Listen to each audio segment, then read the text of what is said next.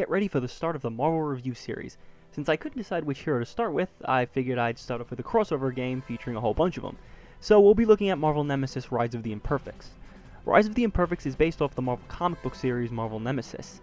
Nemesis was a 6-issue miniseries released between June and December of 2005, and this game was released in September of the same year. However, the game doesn't depict the story from the comics, and on an interesting note, the video game story and the comic story end up contradicting each other at certain points. Rise of the Imperfects is a fighting game pitting the Marvel characters against the Imperfects. While that sounds like a good idea on paper, the end result is anything but, resulting in a game that isn't very fun to play. The story revolves around an alien invasion in New York, and the Marvel heroes coming together to try and stop it. Complicating the situation is a Lex Luthor-like clone named Niles Van Rokel, who creates a team of supervillains called the Imperfects. And that's about the gist of the plot. There are cutscenes throughout the story, but they add nothing to the overall plot. The cutscenes merely exist to show you which hero you're going to be playing as next. And look, I know that this is a fighting game and that these types of games don't need to have Shakespearean plots, but at least have a plot that's easy to follow or at the very most be intriguing.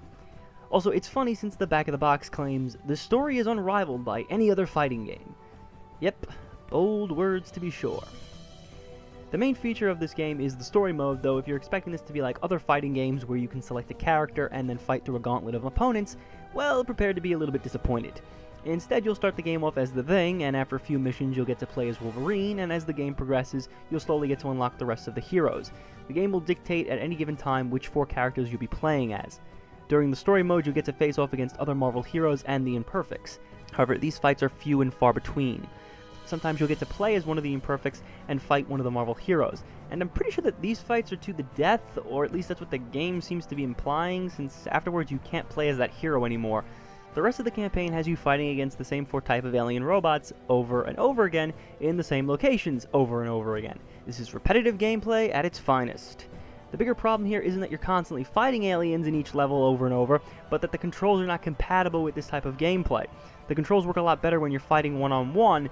In the random levels with the aliens, your moveset is not going to be very helpful at all. You can only attack one enemy at a time, and more often than not, the game is going to bombard you with a bunch of enemies at once, leading you to be killed in seconds. The alien fight sections are ridiculously easy in the beginning, but they become a nightmare by the end.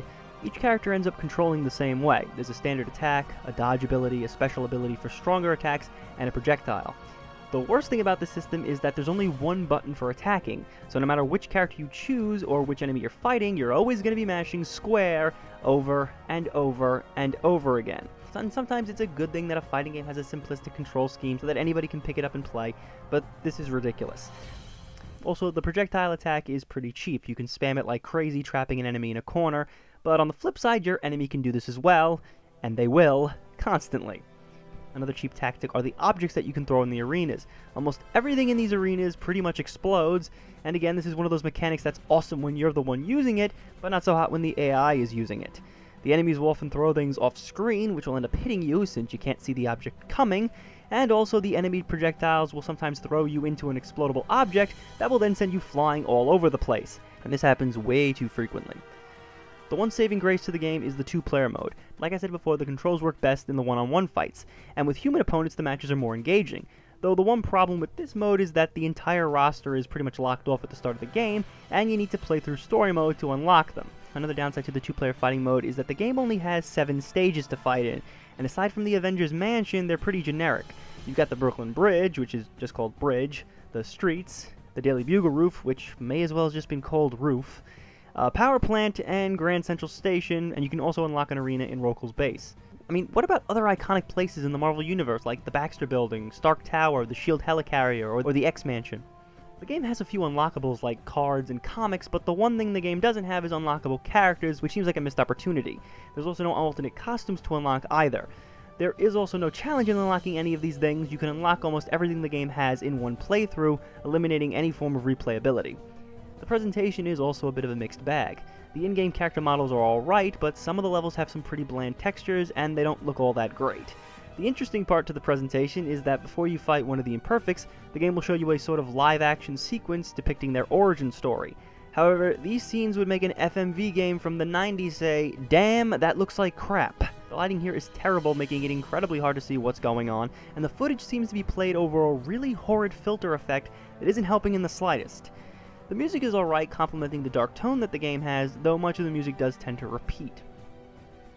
Marvel Nemesis Rise of the Imperfects is a fighting game that doesn't really excel at being a fighting game or telling an interesting story featuring Marvel's most powerful heroes. The plot is an afterthought, and the game mostly consists of repetitive missions with frustrating controls. The one thing that barely saves Marvel Nemesis from being a total train wreck are the one-on-one versus matches.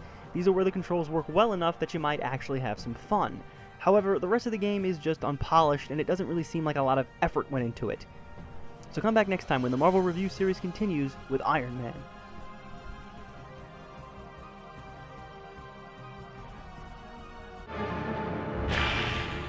Game over.